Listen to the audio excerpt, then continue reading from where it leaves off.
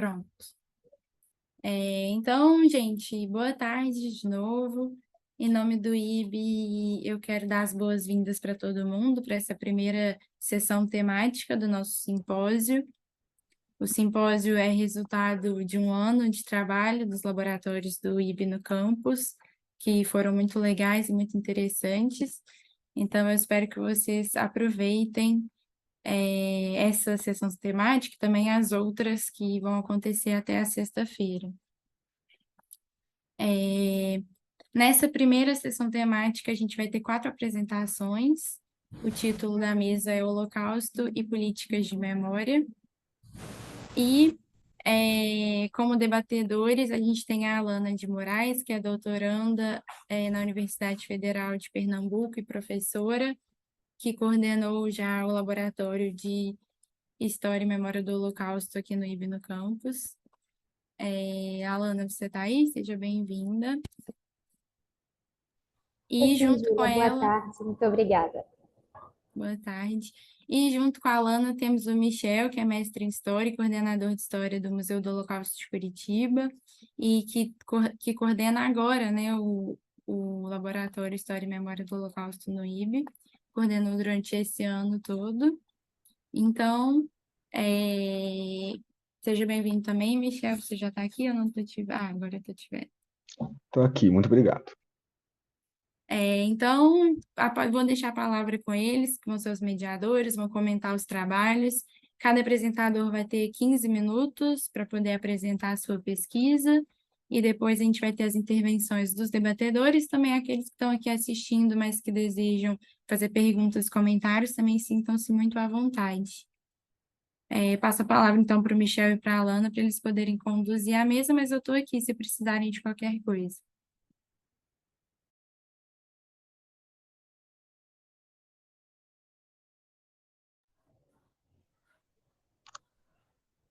Oi, Michel, Oi, gente, tudo então, bem? tudo bem? Tudo bem? Alana, você quer começar? Você quer...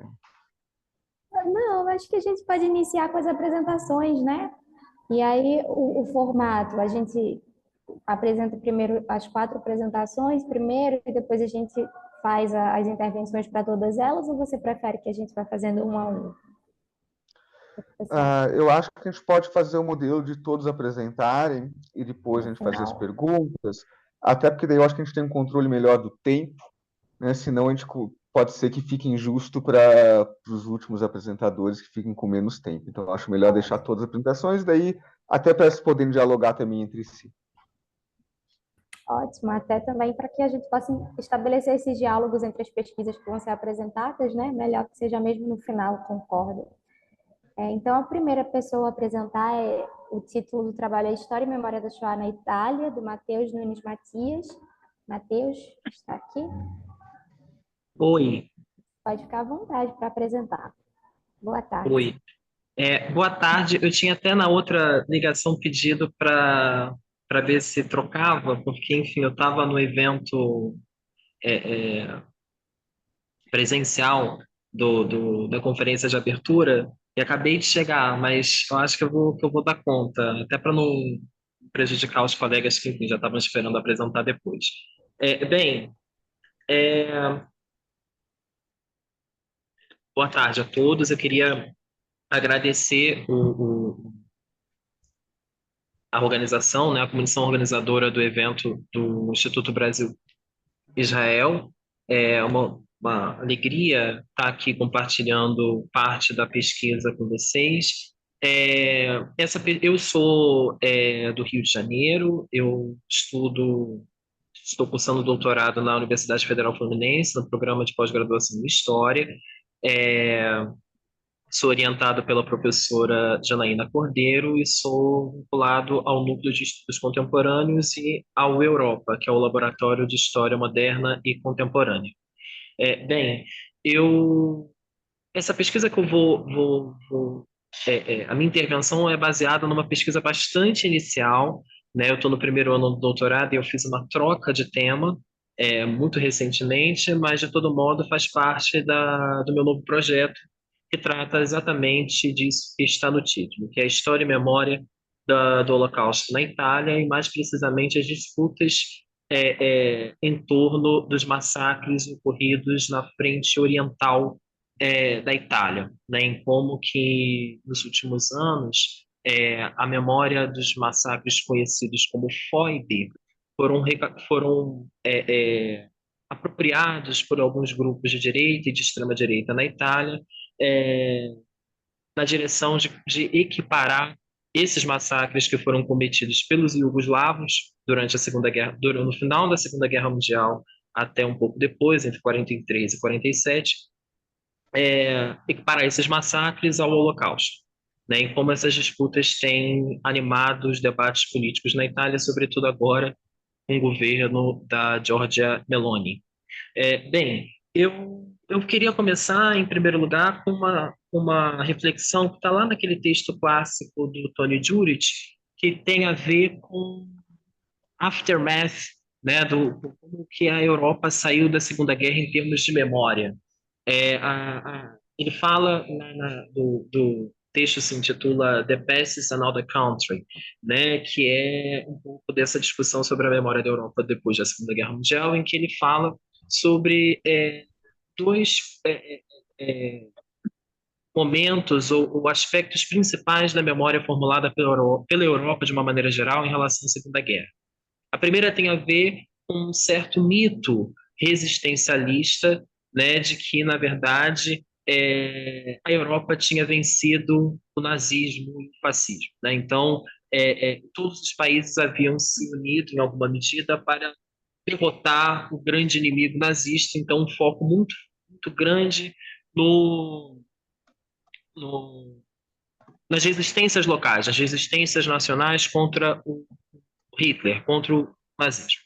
E o segundo ponto era a associação da culpa pela Segunda Guerra Mundial aos alemães. Isso também foi uma marca das memórias que passaram a ser formuladas no imediato pós-guerra na Europa. Porém, o caso italiano é um caso bastante peculiar, porque está se tratando, embora, assim, a respeito dessa memória formulada pela Europa, é claro que, assim, a gente fala mito, os dois mitos, né, de que a Alemanha era a única culpada pela guerra e que a Europa havia resistido ao nazismo. São mitos, não que eles sejam completamente irreais, né? De fato, houve resistências importantes em diversos países contra o nazismo e, da mesma forma, a Alemanha não deve ser desresponsabilizada pelas suas atrocidades cometidas durante a Segunda Guerra. No entanto, isso não pode servir como uma forma de obscurecer a análise sobre os colaboracionistas, os países que colaboraram com a Alemanha nazista, e não foram poucos, e também sobre os crimes de guerra cometidos por esses mesmos países colaboracionistas e mesmo pelos aliados. Esse é um debate que tem sido enfrentado com maior ou menor sucesso na Europa ao longo do século XX, os crimes cometidos também pelos aliados. Só que, voltando então ao caso italiano, é importante considerar a peculiaridade do país, porque o país, em primeiro lugar, foi o berço do fascismo, que inspirou Hitler, inclusive, né, em dado momento, Mussolini serviu de farol para o Hitler no seu intento de derrubar a ordem democrática liberal na Europa, né? Depois essa ordem se inverte um pouco, né? Sobretudo no contexto da Segunda Guerra, mas fato é que o Mussolini inspirou muitas das ações do Hitler. Então, a Itália como berço desse regime totalitário. Em segundo lugar, a Itália foi aliada da Alemanha pelo menos desde 1936, né? Então compôs o eixo desde 1936 e depois o Pacto de Aço em 1939. Né? E mais do que isso, a Itália foi um Estado agressor. O regime fascista fez uma série de intervenções, né? A primeira delas na Etiópia, em 1935. Você teve depois a ajuda fundamental, importante, que as tropas italianas forneceram às milícias franquistas do Franco na Guerra Civil Espanhola, e mais tarde a invasão a ocupação da Albânia, em 1939.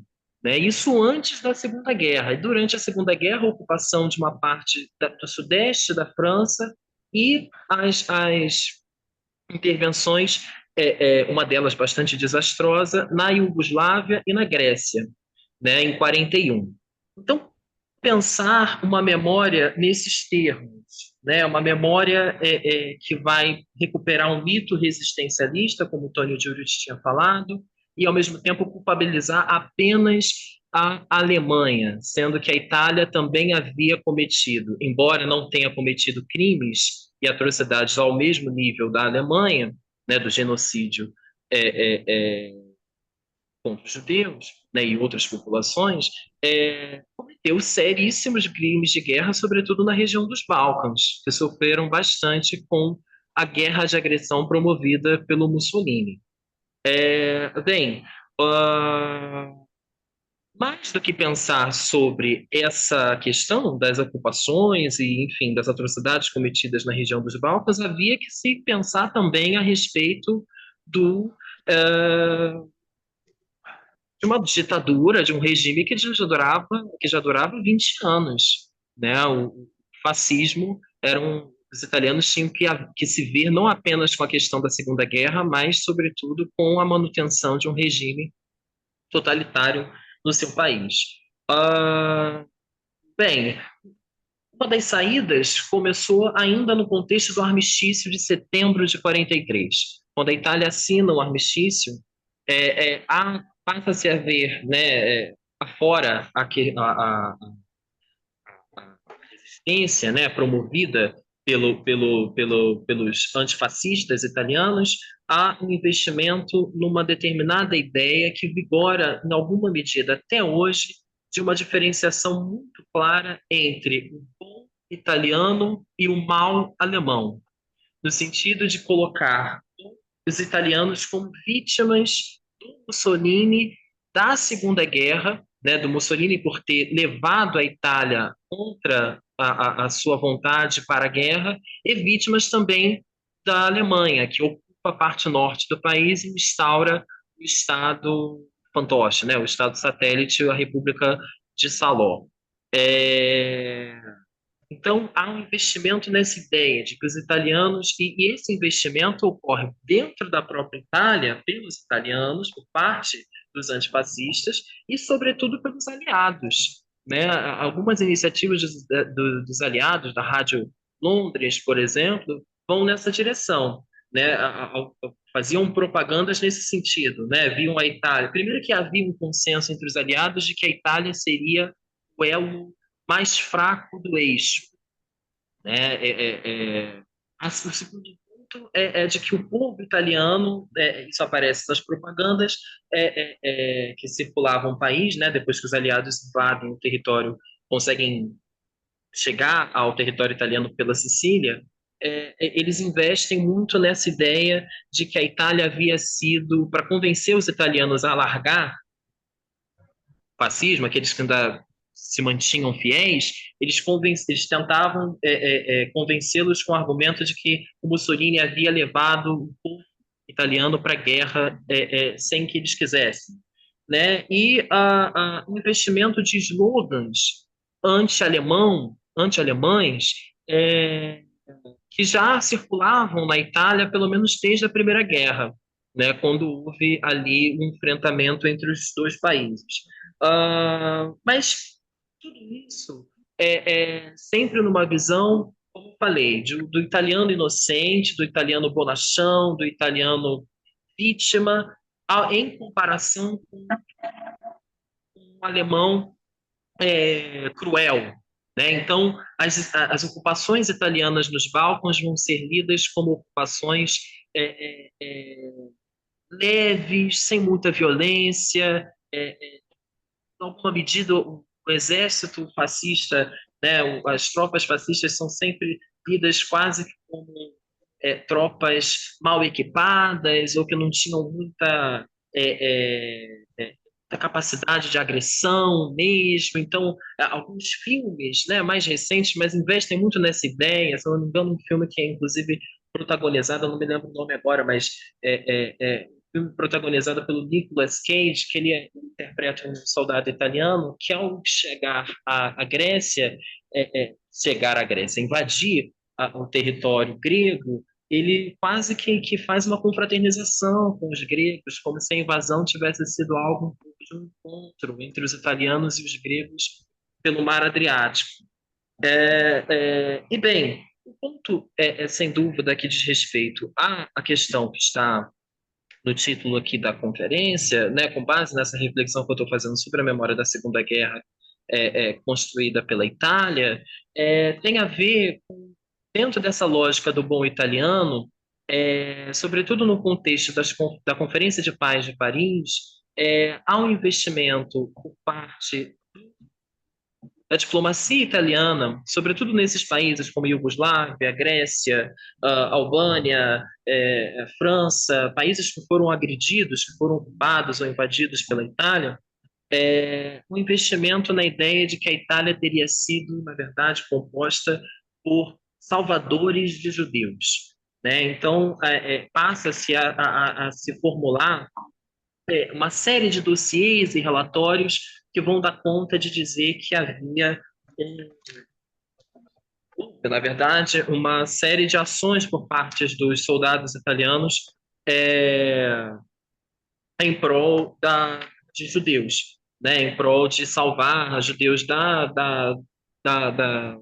Holocausto, né, das deportações que passaram a ocorrer, e também numa ideia, junto com aquela ideia de que o Mussolini havia arrastado os italianos para a guerra contra a sua vontade, houve também uma ideia, que é uma ideia que é difícil de contestar até hoje, no contexto italiano, de que, na verdade, as leis raciais de 38, que foram baixadas em 38, haviam sido uma imposição do Hitler, né? Um pouco na ideia de dizer que a Itália, na verdade, na Itália não havia antissemitismo. O antissemitismo havia sido um elemento importado da Alemanha, que os italianos não tinham nada a ver com isso, que eles, enfim, sempre foram muito tolerantes. Dentro dessa ideia do bom italiano não cabia racismo, antissemitismo, né? E como se fosse uma imposição de Berlim. Então, como eu estava dizendo, a diplomacia italiana, no contexto das conferências de paz, passou a investir muito nisso, né, numa ideia de que os italianos haviam salvado os judeus das deportações, que eles haviam enfrentado os regimes fantoche do Hitler para não deportar, né, na Croácia, em outros países do leste. Então, enfim, em alguma medida, eles haviam agido de uma maneira muito diferente dos alemães. E mais do que isso, né, essa ação não foi motivada apenas por uma ideia de conseguir um prestígio em relação à comunidade judaica. Havia um medo por parte da diplomacia italiana, né, do governo que é instituído pelos antifascistas no contexto após, né, a deposição do Mussolini em 43, de que eles temiam muito, isso inclusive alcançou as esquerdas italianas, os comunistas italianos, de que havia um temor de que a Itália sofresse com uma paz punitiva, um pouco nos moldes do que ocorreu com a Alemanha após a Primeira Guerra. Então, eles temiam muito que a Itália fosse responsabilizada, né, pela agressão, pelas ocupações e tudo mais, e daí as iniciativas de chamar a atenção para ações ditas benéficas ou diferentes ou distintas daquelas cruéis associadas sempre aos alemães, né? E, enfim, eu acho que é importante pensar que depois do contexto do armistício, em 43, não houve uma Nuremberg italiana, né? Em alguma medida, essas iniciativas deram certo, né? Até pelo próprio contexto bastante específico da Itália, né? Que tem uma luta antifascista muito forte, que de fato consegue derrotar a República de Saló, enfim, assassinar o Mussolini daquela forma como a gente já sabe, e, uma medida se colocar como um país que se quer vitorioso contra o nazismo, apesar de todo esse histórico que eu relembrei aqui com vocês, né, não houve houve, né, por parte dos países que sofreram com a agressão italiana, pedidos de extradição, né, de militares, de figuras, o próprio Marechal Badoglio, né, que liderou o governo italiano nesse contexto,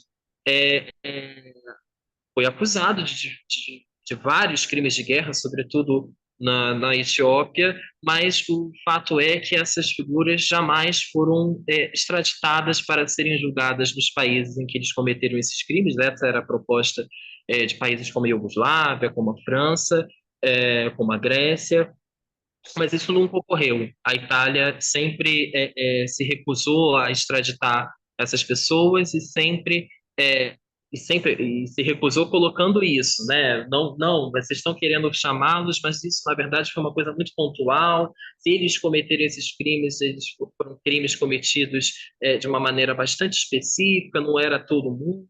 E nós aqui, ó, temos esse dossiê para te apresentar sobre o comportamento dos italianos durante a Segunda Guerra, né? E ao mesmo tempo diziam que essas figuras teriam que ser julgadas de acordo com a lei italiana, né? O que também nunca ocorreu, né? Então temos uma série de figuras ligadas ao regime fascista que jamais foram julgadas. Enfim, eu acho que eu já estou com um tempo mais fechando, mas para fechar, eu diria que para a discussão sobre essa memória específica da Itália e sobre a participação da Itália nas deportações e na Shoah, é fundamental que a gente discuta o lugar da, da memória do fascismo na Itália. Me parece que, enfim, há ainda uma séria dificuldade do governo italiano, enfim, e das próprias esquerdas, em alguma medida, de abrir um pouco o debate a respeito dessa memória, que me parece ocultar uma série de questões que são bastante relevantes e que tiram a Itália desse lugar da vítima, que é um lugar muito difícil para ela ocupar, né? E, enfim, isso em nenhuma medida diminui a luta antifascista, a resistência italiana, que foi de fato bastante importante e admirável. No entanto, que ela não possa impedir ou obscurecer discussões que são bastante relevantes e que têm tudo a ver com o contexto atual de relativização, não gosto muito do termo, mas de relativização da própria memória do Holocausto dentro da Itália, né, de iniciativas, por exemplo, de grupos de extrema-direita que equiparam outros eventos que não têm nada a ver com o Holocausto, seja em proporção, seja em motivação, seja em contexto, como a FOIB, que embora seja um debate importante de ser feito, não tem nada a ver com o Holocausto. Né? No entanto, os grupos de extrema-direita se apropriam dessa gramática e desse debate para impor suas questões à sociedade italiana. Mas, enfim, eu acho que a gente pode abrir posteriormente para o debate, para a gente discutir mais questões a respeito. E, mais uma vez, eu deixo aqui meu agradecimento à organização da, da mesa e do evento. Obrigado. Muito obrigado, Matheus. Bom, vamos retornar ao trabalho na hora do debate. Então, sem maiores delongas, vou passar para o próximo trabalho da Beatriz dos Santos da Silva e do Vinícius Soares Alves Sayuri de Oliveira, que vão apresentar o trabalho Impacto do Julgamento de Eichmann no Paraíso Racial, Impressão da Mídia Brasileira sobre Perpetradores e Vítimas de Violência Racial, 1960-1970. Então, Beatriz e Vinícius, com vocês, 15 minutos. Só vou avisar, assim como para os que seguirem, quando estiver faltando 2 minutos, eu aviso no chat privado, tá? Então vai aparecer para vocês, se for o caso. Então, Tá bom, obrigada. Eu gostaria de saber se eu posso compartilhar aqui a nossa apresentação. Eu acho que tem.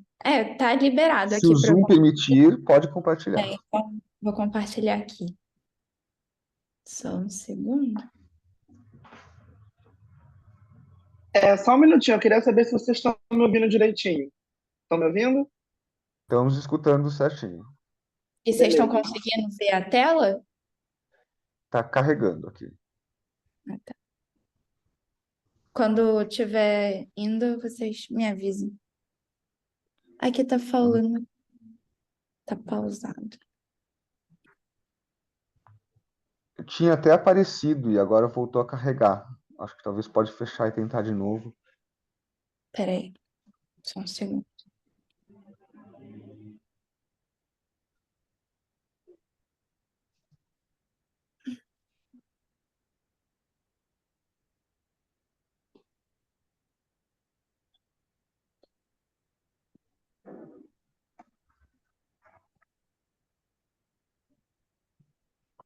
Vocês estão conseguindo ver? Agora sim. Oi? Tá bom. Agora sim. Ai, que bom. Boa tarde, pessoal. O título do nosso trabalho é O Impacto do Julgamento de Eichmann no Paraíso Racial, Impressão da Mídia Brasileira sobre Perpetradores e Vítimas de Violência Racial de 1960 a 1970. Meu nome é Beatriz dos Santos e o meu colega que vai apresentar hoje comigo é o Vinícius Soares. Nós dois somos bolsistas PIBIC UFRJ, somos graduandos de História na UFRJ e integrantes do UniED. O nosso trabalho ele foi desenvolvido, nós somos os autores desse trabalho, que foi feito sob orientação da professora Mônica Green, e o nosso trabalho está inserido dentro do Núcleo Interdisciplinar de Estudos Judaicos da UFRJ UniED, que foi criado em 2018 e ele se dedica ao ensino e à pesquisa no campo dos estudos judaicos. É importante eu salientar aqui que a nossa pesquisa ela ainda está em fase de desenvolvimento. Então, o que a gente vai conversar hoje com vocês aqui são alguns resultados preliminares que a gente conseguiu atingir até o momento. A nossa pesquisa, ela busca explorar e entender a recepção do julgamento de Eichmann e entender o seu impacto simbólico no contexto brasileiro. Então, a gente tem como objetivo pensar o julgamento de Eichmann enquanto um evento que foi capaz de ressignificar a expressão do ressentimento das vítimas do Holocausto a um sentimento moral de protesto. E aí, a partir da nossa análise das narrativas da imprensa brasileira, a gente tenta compreender e capturar toda essa atmosfera de como se deu o julgamento de Eichmann e o seu impacto aqui no Brasil. A gente tem aqui algumas fotografias do julgamento.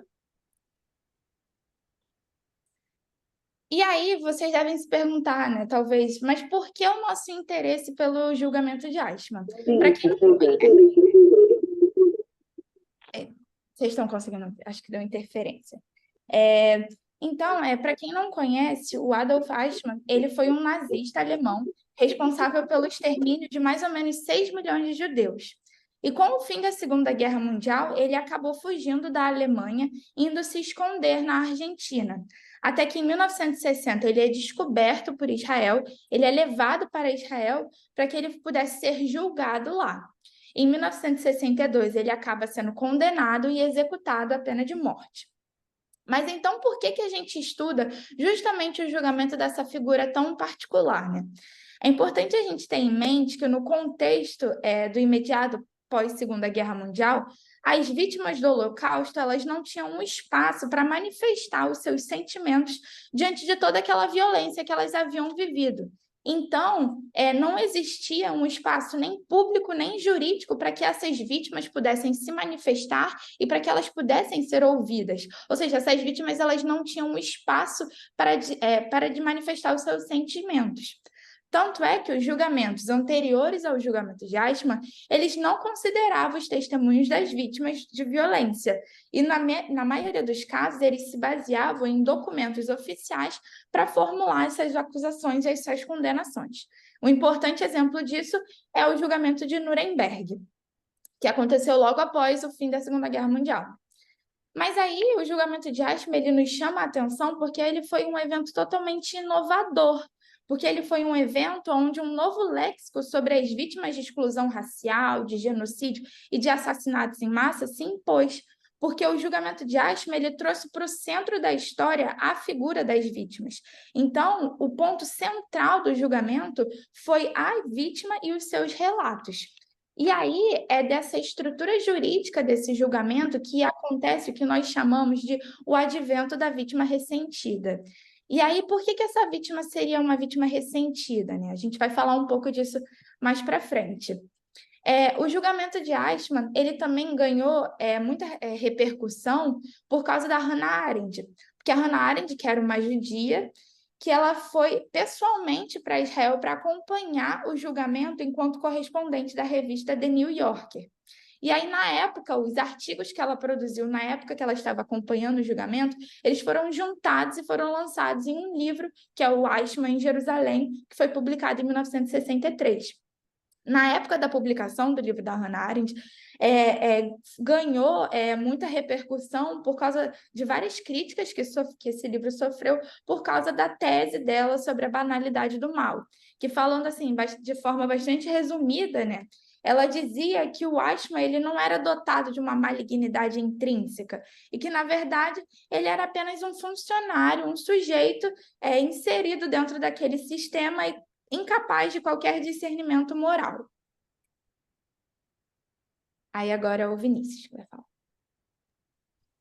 Bom, e para debater aqui com vocês o que seria esse advento da vítima ressentida, a gente primeiro precisa entender o que é a vítima ressentida e o que é o ressentimento em si, né? Basicamente, uma vítima ressentida geralmente representa vítimas de violências extremas que sentem a necessidade de expor as suas dores no espaço público justamente para chamar a atenção para impunidades e para injustiças históricas. Então, elas não acreditam que o passado deve ser deixado de lado, que a gente tem que passar uma borracha no passado e simplesmente seguir em frente. Elas gostam de voltar sempre nesse assunto, de rememoriar esse assunto, digamos assim, justamente para poder evidenciar as injustiças históricas que elas sofreram e as impunidades que seus perpetradores tiveram, então.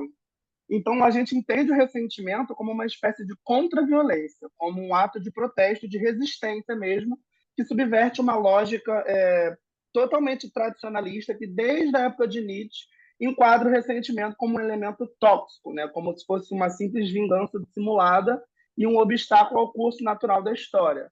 Então, o tradicionalismo filosófico prega que a gente deve deixar o passado de lado para seguir o presente. E a vítima ressentida entra justamente como um elemento que rompe com essa ideia, com essa narrativa, e que prega justamente que a gente deve sim se atentar ao passado, justamente para poder exigir reparação histórica. Pode passar, Bia, por favor.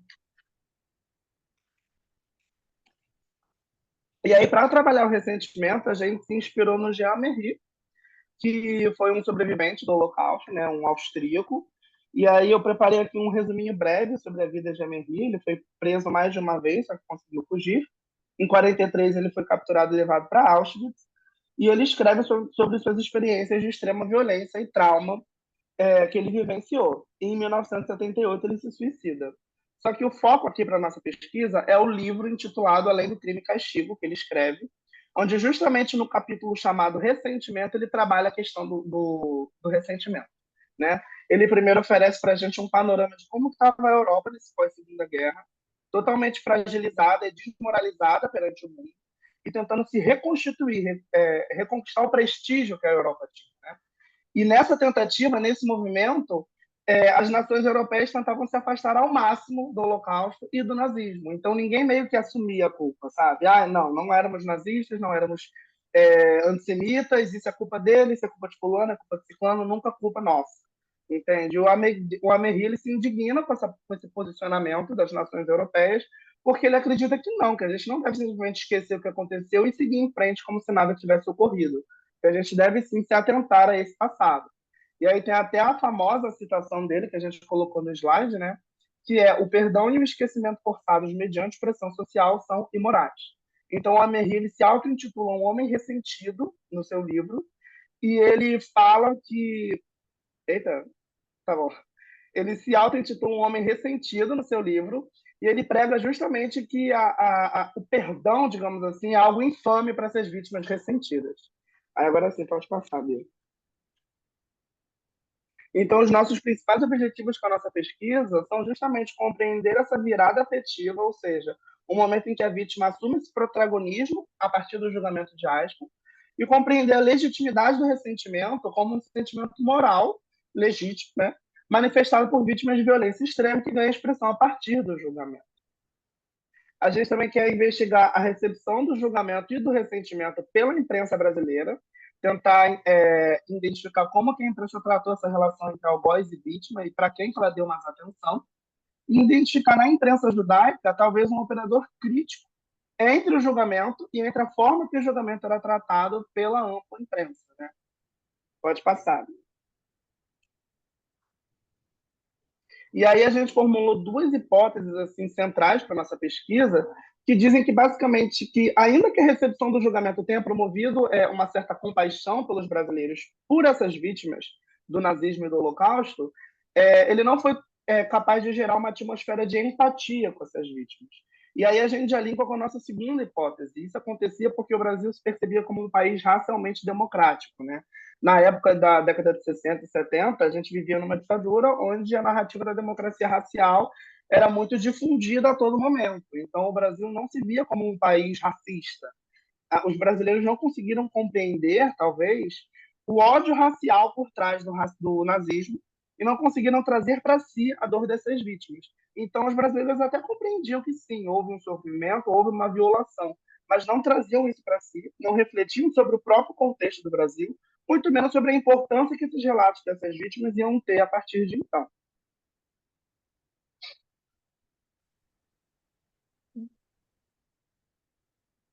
E aí, falando um pouco sobre a metodologia que a gente utilizou na nossa pesquisa, a gente se baseou no estudo do tema do ressentimento, em seus aspectos filosóficos, sociológicos e históricos.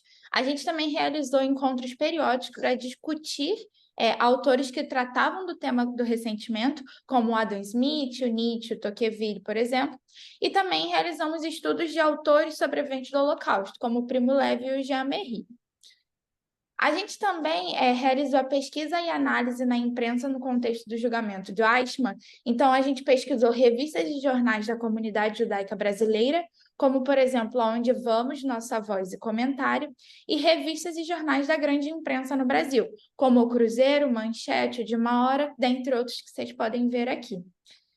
Aqui são algumas fotografias das imagens das capas das revistas e jornais que a gente pesquisou, que fazem menção ao Eichmann. E agora a gente vai falar um pouco sobre os resultados preliminares da nossa pesquisa. Bom, e aí a gente conseguiu concluir até aqui, né, que aqueles que combateram os nazistas se viam numa posição confortável, numa posição moral confortável, e se inseriam numa discussão maniqueísta mesmo de uma luta do bem contra o mal. Então, o grande bem teria todo o prestígio social, enquanto o mal, os nazistas, seriam execrados. E o Brasil, justamente por ter lutado ao lado dos aliados na Segunda Guerra, se via nessa posição moral confortável frente ao nazismo. Então, julgava, basicamente, essas nações que deveriam ser execradas. Né? Pode passar, Bia.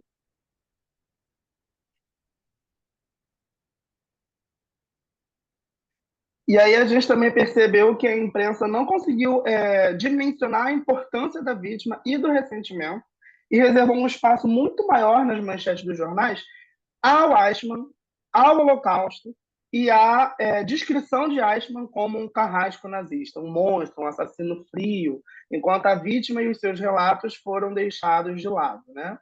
Pode passar, Bia.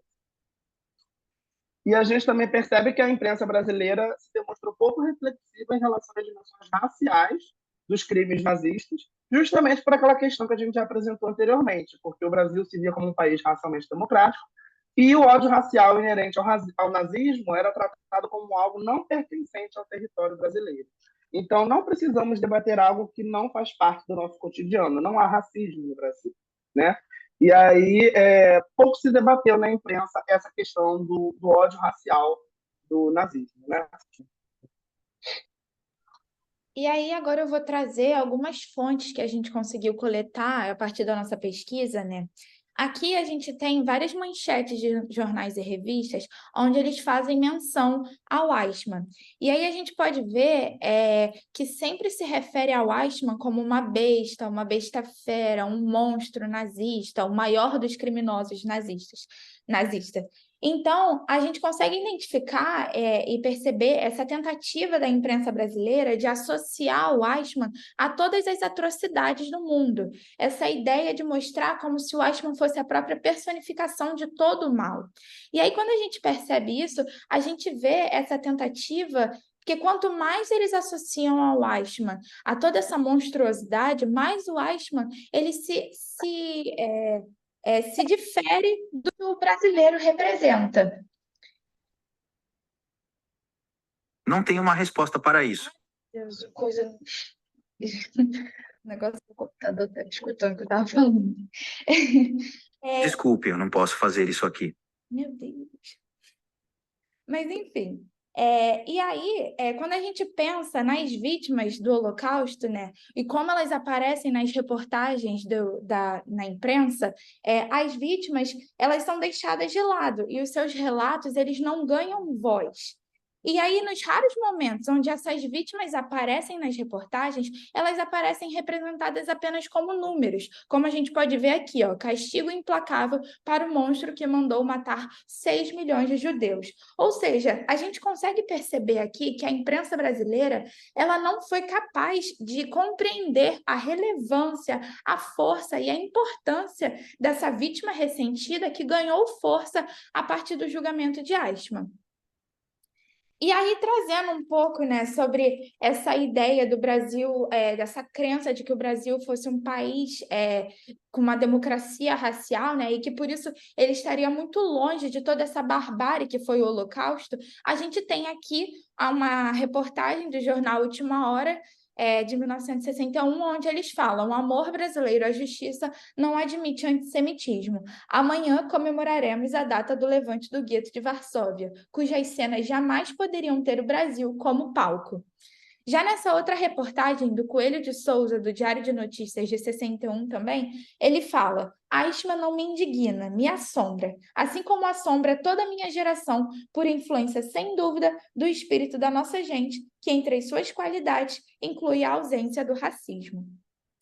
E aí, para finalizar, a gente tem essa enquete que o jornal O Globo lançou em 61 também, onde eles perguntam para a população brasileira que castigo o Eichmann merecia receber.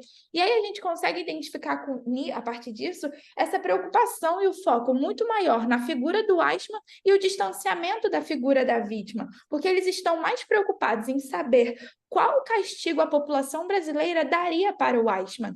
E aí a gente consegue perceber também essa tentativa de diferenciar do que o Eichmann representa e do que a população brasileira representa. Porque os brasileiros seriam tão diferentes do Eichmann e seriam tão superiores que eles se veem indignos de escolher um castigo para o Eichmann receber.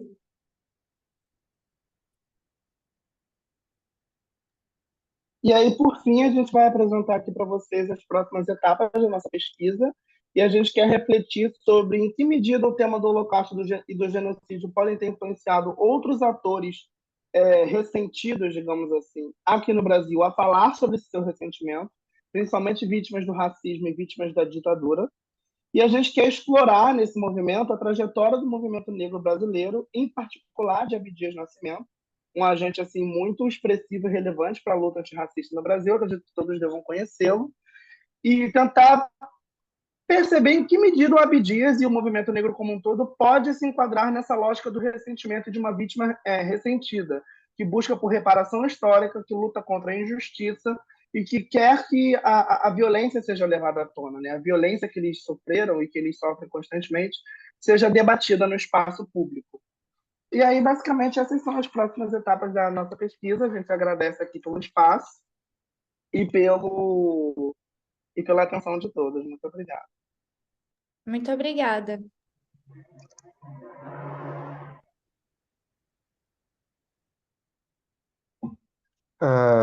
Muito obrigado, Beatriz e Vinícius. né, até já vi que recebemos até uma pergunta, a gente vai voltar a ela depois das outras apresentações. E então já passo para a próxima apresentação da Lorena Niva, Vozes dos Sobreviventes à Resistência Religiosa Judaica durante o Holocausto. Então, Lorena, prazer te ver e vamos para a apresentação. Oi, Michel. Oi, todo mundo. Prazer estar aqui apresentando. Assim como o Michel falou, o nome da pesquisa é Vozes de Sobrevivência e Resistência Religiosa Judaica durante o Holocausto. Essa pesquisa, ela já vem me acompanhando, na verdade, há alguns anos. Ela foi um projeto de monografia que eu acabei atualizando para uma dissertação de mestrado da Universidade de Edimburgo, que é onde eu estou hoje.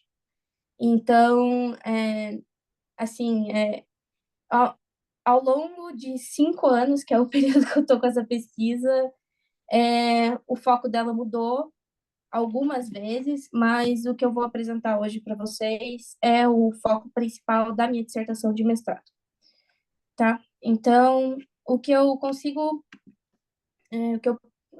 o que eu vou falar, na verdade, em primeiro lugar, qual foi a definição de sobrevivente que eu utilizei dentro dessa pesquisa. Apesar de eu ter escolhido os judeus como grupo específico de estudo, eu achei necessário, ao longo da pesquisa, definir quem foram os sobreviventes do Holocausto. E eu acabei definindo através de alguns conceitos chaves de alguns museus, inclusive do Museu de Holocausto aqui de Curitiba, e o Museu do Yad Vashem, e que são, né, na verdade, complementares, né? Então, acabou sendo definido como sobrevivente, sobrevivente da Shoah, judeus que viveram por um período de tempo sob domínio nazista, direto ou indireto, e sobreviveram.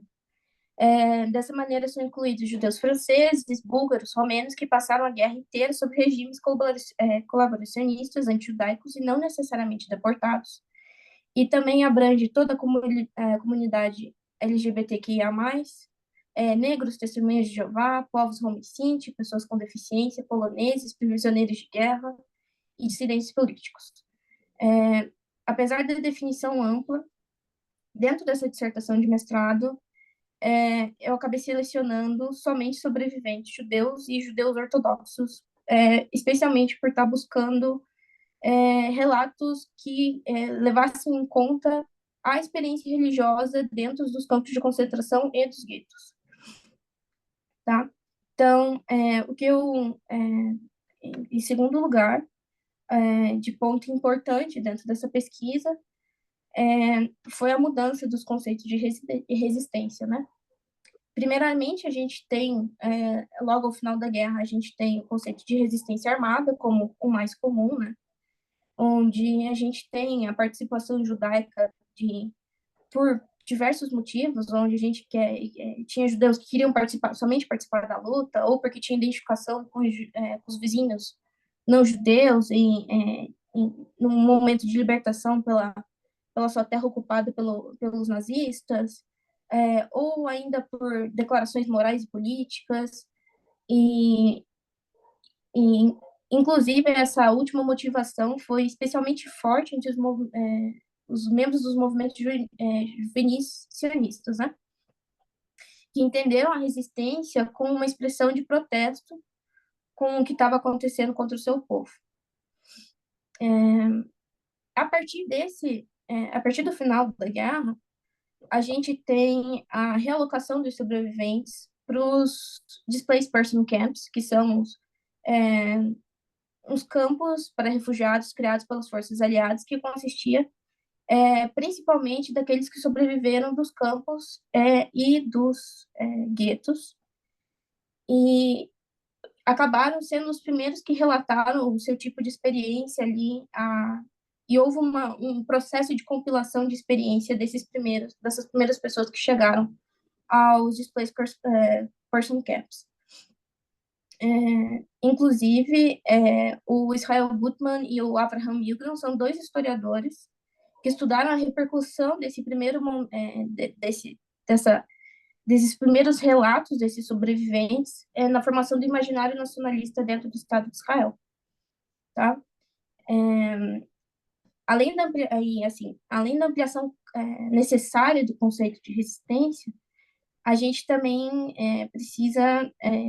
precisou,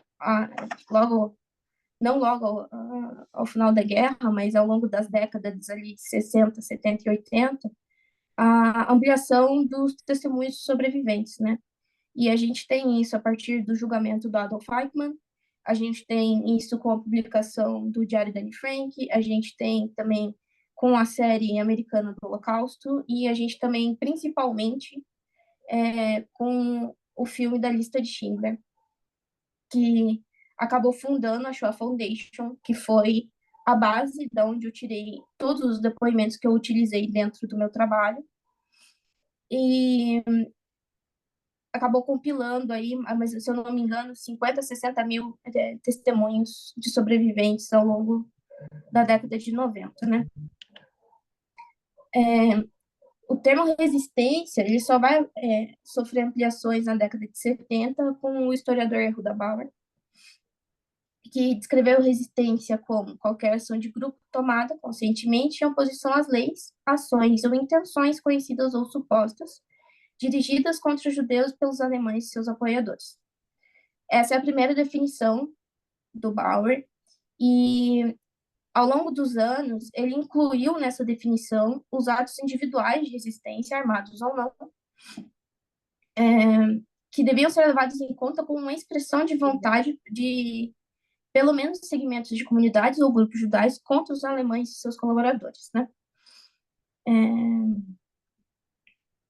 Dentro dessa perspectiva agora da parte religiosa, onde eu busquei dentro da minha pesquisa, o próprio Yehuda Bauer, no livro Rethinking the Holocaust, ele traz um conceito extremamente importante, que é o Kiddush HaShamayim, que foi supostamente inaugurado pelo rabino Yitzhak Nissenboim no gueto de Varsóvia, e que de tradução mais simplista, ela pode ser colocada como santificação da vida. Ela foi utilizada para denotar uma sobrevivência judaica e diferenciar entre a resposta clássica do martírio judaico e a santificação com o objetivo de dar uma nova significação de resistência espiritual contra os nazistas e a sua intenção de aniquilar o povo judeu. Então, importantemente, a resistência religiosa tem como objetivo a reafirmação da vida, e o testemunho oral é um compromisso existencial dos judeus pela preservação da sua memória. Nessa parte do testemunho, é importante a gente lembrar que o Holocausto buscava a desumanização e a animalização dos judeus, que faziam parte essencial do processo de construção de história daquele período, onde os nazistas colocavam por definição que os animais não têm memória, seriam incapazes de recordar os eventos ou acontecimentos arbitrários, né? A sua memória seria limitada ao fundamental e à sobrevivência imediata, né? E isso prevaleceria para a posteridade a construção das narrativas dos nazistas. Outros dois conceitos bem importantes para minha pesquisa foi o conceito de Gvirá e Amidá, que também são dois conceitos muito importantes, mas são explicados e aplicados melhores dentro do contexto da guerra e da Shoah. E o conceito de Gvirá foi reformulado, na verdade, para atingir um conceito mais amplo da Amidá, que pode ser traduzido assim como enfrentamento, né? E dentro desse conceito da Amidá, a gente pode incluir o contrabando de alimentos para guetos, autossacrifício mútuo da família, as atividades culturais, educacionais, religiosas e políticas e tomadas para fortalecer a moral da comunidade. Sobre o testemunho dos sobreviventes, foram selecionados 16 sobreviventes para essa dissertação de mestrado, Desses 16 sobreviventes são todos homens, todos rabinos, e todos eles hoje moram nos Estados Unidos. Dentro desse grupo muito específico que eu escolhi para dentro da minha pesquisa, é muito interessante, na verdade, que a maior parte dos testemunhos não contam de experiências religiosas pessoais, mas sim de experiências religiosas que aconteceram ou como rabino ou de pessoas próximas e que as pessoas acabaram observando. Assim, a função rabino não tinha como ser exercida, mas ainda assim ela era muito importante dentro dos dois ambientes, especialmente dentro dos guetos. Então, tem uma diferenciação, inclusive, dos sobreviventes que só foram, né, acabaram ficando presos dentro dos guetos e não dentro dos campos de concentração. E o interessante é a leitura também que cada sobrevivente traz sobre a interpretação do que foi o Holocausto para si, ou para uma interpretação, o que foi a interpretação religiosa em si do Holocausto. Assim, eu foquei nesse grupo específico, além, claro, de buscar o fato religioso, pela língua. A plataforma da Shoah Foundation, ela tem alguns problemas de acesso para pessoas que estão fora de países como Inglaterra e Estados Unidos, então a gente tem acesso a um grupo determinado de, de depoimentos, e nem sempre os depoimentos que a gente quer assistir eles vão estar disponíveis inteiramente. Então, o fator língua foi muito determinante pelo fato da minha segunda língua ser o inglês, foi o motivo de eu ter escolhido rabinos que foram parar nos Estados Unidos. Eu não sei quanto tempo eu tenho ainda, Michel. Eu me perdi no tempo. Você tem 5 minutos. Então tá, 4 para ser exato, não pode ser 5. beleza.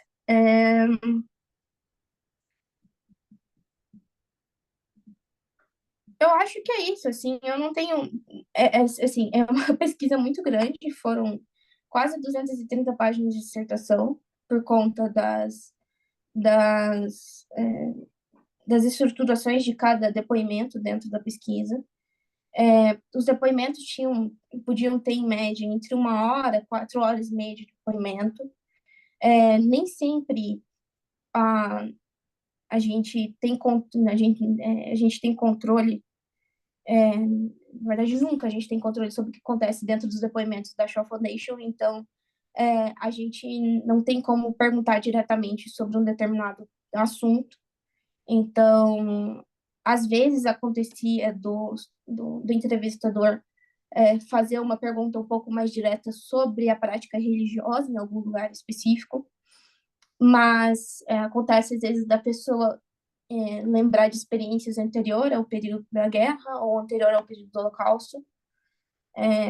Então, são leituras de entrelinhas, sempre, porque é um depoimento que eu não tenho acesso à pessoa, muitas vezes, até porque a maioria dos sobreviventes que eu selecionei para essa pesquisa já estão mortos, então, já faleceram, então acaba dificultando o processo desse tema específico correlacionados às entrevistas, né?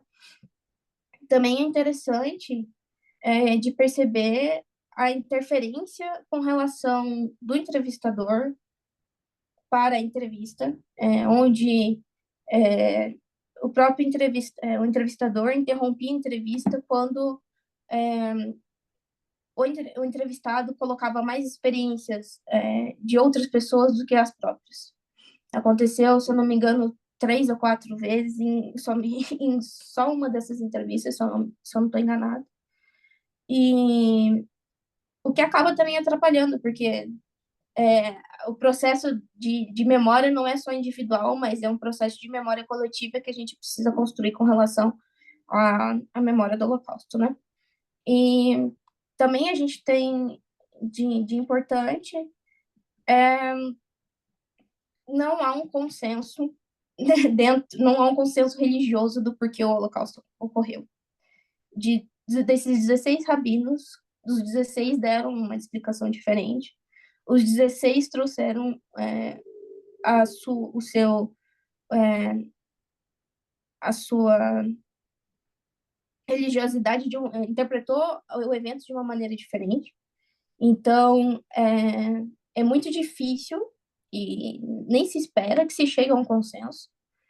E pelo fato de também ter diferenças entre grupos ortodoxos, não é somente um grupo ortodoxo que eu acabei pegando dentro dos entrevistados, era claro que essas conclusões iam ser bem distintas.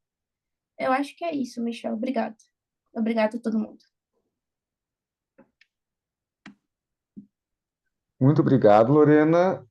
Então, já vamos para a nossa última apresentação, para depois passar para os comentários, perguntas da Melanie Grum, Stefan Zweig e a questão da identidade no exílio.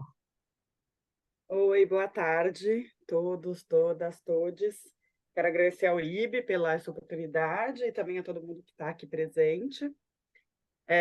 Eu defendi minha dissertação de mestrado no ano passado, na FEFELESH, na USP, e hoje eu sou pesquisadora do GPI, do Grupo de Estudos e Proteção Internacional a Minorias, da São Francisco também, da Faculdade de São Francisco, e também pesquisadora do Grupo de Direitos Humanos da professora Jubilu, da Unisantos. Eu vou ver se eu consigo também aqui projetar a minha tela, deixa eu ver. Se eu consigo, só um segundo.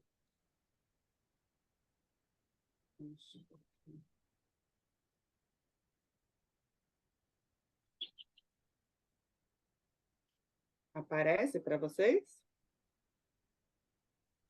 Aparece. Aparece. Opa, estamos ali no final. Então, o meu tema da dissertação foi a questão da identidade no refúgio e no exílio, a partir da trajetória do escritor austríaco Stefan Zweig. Para começar a apresentação, gostaria de ler um trecho desse livro que chama Sobre a Terra Somos Belos por um Instante. É um livro do Ocean Vuong, que é um escritor vietnamita-americano contemporâneo nosso, que também vivenciou a questão do refúgio e do exílio. E ele diz o seguinte: talvez a gente olhe espelhos não meramente em busca de beleza, independentemente de quão ilusória, mas para ter certeza, apesar dos fatos, de que continuamos aqui, de que o corpo assombrado em que nos movemos ainda não foi aniquilado, eliminado. Ver que você ainda é você é um refúgio que não pode ser conhecido por homens que não foram negados.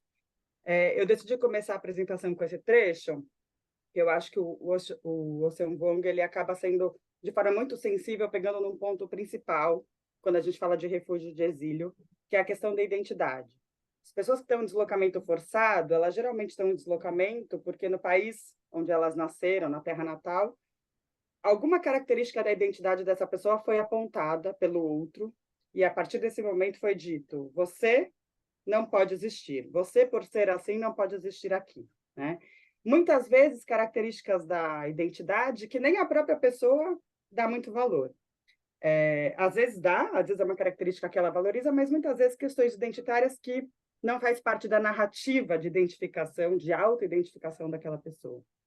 E a partir desse momento, esse indivíduo em deslocamento forçado, em diversas situações, ele busca ferramentas, como o espelho, né, para ver que ele ainda é ele mesmo, né? Então, acho muito simbólica essa parte do Ocean Vuong de dizer: ver que você ainda é você, né, para quem está no refúgio, é algo importante. Pensando no Stefan Zweig, eu fiz na minha dissertação, o Stefan Zweig viveu de 1881 a 1942. Na dissertação, eu fiz uma divisão entre dois momentos da vida dele. O Stefan Zweig foi um escritor austríaco que nasceu em Viena, em 1881, e ele nasceu em Viena num contexto em que os judeus europeus já eram emancipados. Então, ele já é uma geração, ao contrário das gerações anteriores da família dele, que nasce numa condição de igualdade civil, que os judeus podem assumir todas as profissões, podem mudar de cidade, podem comprar propriedades e aí por diante. E o Stefan Zweig, ele nasce numa família burguesa já bastante assimilada.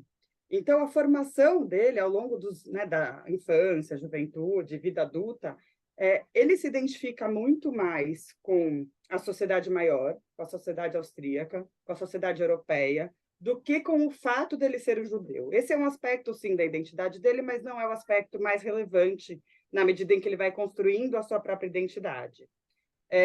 Por conta disso, o Stefan Zweig ele vai perceber muito pouco o antissemitismo como uma ameaça a ele mesmo. Então, ele cresce nesse ambiente que ele convive muito mais com as pessoas pelo fato socioeconômico, por afinidade socioeconômica, e não pelo fato de serem ou não judeus. Ele vai se considerando e vai se constituindo como um burguês intelectual europeu. É assim que ele se vê e é assim que ele vai se apresentando ao mundo, com valores também pacifistas e europeístas. Então, um burguês intelectual europeu que defende o europeísmo, que defende o pacifismo. Eu acho interessante quando, no aniversário de 50 anos, o Stefan Zweig é entrevistado e ele dá a seguinte declaração. Pensa que o Stefan Zweig fez 50 anos na Áustria, em Viena, em 1931, e ele diz o seguinte: não há qualquer dúvida de que, hoje em dia, se um judeu tiver talento e capacidade, não haverá nada no mundo que possa detê-lo. Algumas de nossas maiores figuras literárias são sabiamente judias e são reconhecidas e apreciadas. Isso é um sinal saudável. Ser judeu já não é um obstáculo intransponível. Havendo se tornado insignificante o preconceito racial, o judeu poderá continuar a seguir sua religião, suas crenças, seus preceitos em qualquer país que estiver. E, ao mesmo tempo, poderá fazer muito em prol da paz universal e pela fraternidade entre os homens. Stefan Zweig está falando dos judeus, está falando dele mesmo, né? Ao final da década de 1920, ele era o maior escritor de língua alemã, seus livros eram traduzidos pelo mundo todo, tinha tradução em português, em inglês, Estados Unidos, Brasil, Argentina, França, na Ásia, ele tinha até tradução para Braille. Então, realmente, ele estava falando do que ele enxergava a partir da experiência que ele, Stefan Zweig, teve na Áustria, como um indivíduo que nasce numa família burguesa já bastante assimilada e que consegue ter acesso ao estudo, à universidade e a ser reconhecido como um grande escritor. Então, o Stefan Zweig, nesses primeiros 52 anos de vida, ele se percebe como um indivíduo completamente adaptado e integrado à sociedade maior, à intelectualidade europeia. Em 2 anos, em 1933, a história começa a mudar um pouquinho. O sociólogo americano Stanley Quist, ele fala de um conceito que ele denomina, junto com Robert Parkinson, de homem marginal. Ele diz que indivíduos que pertencem a 2 grupos sociais eles não estão integralmente, não fazem parte integralmente de nenhum desses 2 grupos, eles estão marginalizados. Então, ele vai nomeando inúmeros indivíduos, ele vai falar dos judeus, ele vai falar dos negros dos Estados Unidos, né, no livro dele, Homem Marginal, e ele vai falar desses indivíduos que estão nessa situação, fazem parte de 2 grupos sociais, de 2 culturas, mas, de fato, não estão integrados totalmente a nenhum deles. E o Stefan Zweig, e aí o Stanley Quist, esse sociólogo, ele diz, geralmente, esses indivíduos, eles passam boa parte da sua vida acreditando que eles estão integrados a um desses 2 grupos. Eles vivem a condição pré-marginal. Até que, em algum momento da vida, eles vivem algumas situações, alguns fatos, que colocam ele em contato com o que o Stanley Quist chama de experiência-crise, que fazem com que esse indivíduo viva experiências e se perceba, a partir daquele momento, como um homem marginal. E, a partir dali, ele vai ter que lidar com essa nova percepção de si mesmo. O Stefan Zweig, na década de 30, enfrentou algumas situações que escancararam, explicitaram para ele que toda aquela certeza dos seus 50 anos de vida, de ser totalmente integrado à sociedade europeia, à intelectualidade europeia, independente de ser ou não judeu, que ele colocava que ser judeu não era obstáculo, então que todo esse laço criado era um laço muito frágil. Então, por exemplo, quando os nazistas assumem o governo na Alemanha, ou quando acontece a queima de livros em Berlim, os livros do Zweig foram queimados, os livros do Zweig foram colocados na lista de livros proibidos, ou quando a polícia bate na casa dele, na cidade de Salzburg, na Áustria, dizendo que está procurando armamento porque ele estava ajudando os grupos de esquerda, e, na verdade, ele não estava fazendo nada disso, ele percebe que o nazismo está chegando cada vez mais perto dele, ele percebe como um aviso. Então, o Stefan Zweig ele vivencia exatamente o que o Stone Quist chama de experiência crise ao longo da década de 30, e percebe que toda aquela identidade, aquele Stefan Zweig que ele acreditava que ele era até então, foi colocado em xeque, e a partir de então ele passa a ter que lidar com o que o Stone Quist chama de condições de ajustamento. E agora? Quem sou eu? Se até hoje eu me percebia como um burguês intelectual europeu, e estão me assinalando que eu não sou isso, que eu sou apenas um judeu, como é que eu faço para seguir daqui para frente? Né? Como que eu sigo a construção da minha identidade? E o que é bastante interessante esse trecho do Léo Spitzer, do historiador, ele faz estudos não só sobre o Stefan Zweig, mas do André Rebouças também, do Cornelius May, e ele fala que, a partir desse momento da experiência crise, esses indivíduos que estavam totalmente assimilados à sociedade maior, eles passam a viver uma condição de insegurança psicológica a respeito da sua identidade e uma série de desorientações internas.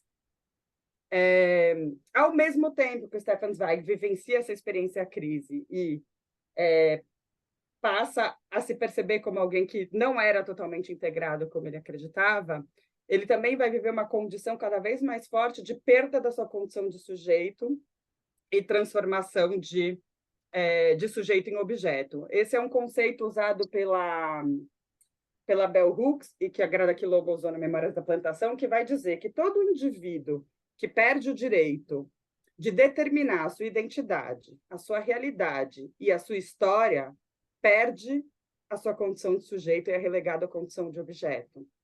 E o Stefan Zweig, na medida em que ele viveu essa experiência crise por conta da ascensão nazista, e na medida em que ele foge para a Inglaterra em 34, na medida em que em 35 surgem as leis de Nuremberg, na medida em que em 38 a Áustria é anexada pela Alemanha e ele perde a sua cidadania austríaca e o seu passaporte, na medida em que ele tem que fugir para os Estados Unidos e depois para o Brasil, enfim, uma série de acontecimentos por conta da ascensão nazista na Europa, ele vai perdendo totalmente a possibilidade de continuar definindo a sua identidade, a sua realidade, a sua história. Né? Ele passa a ser visto única e exclusivamente como judeu, e isso passa a ser determinante, inclusive para decidir aonde ele vai viver e que história ele vai poder construir.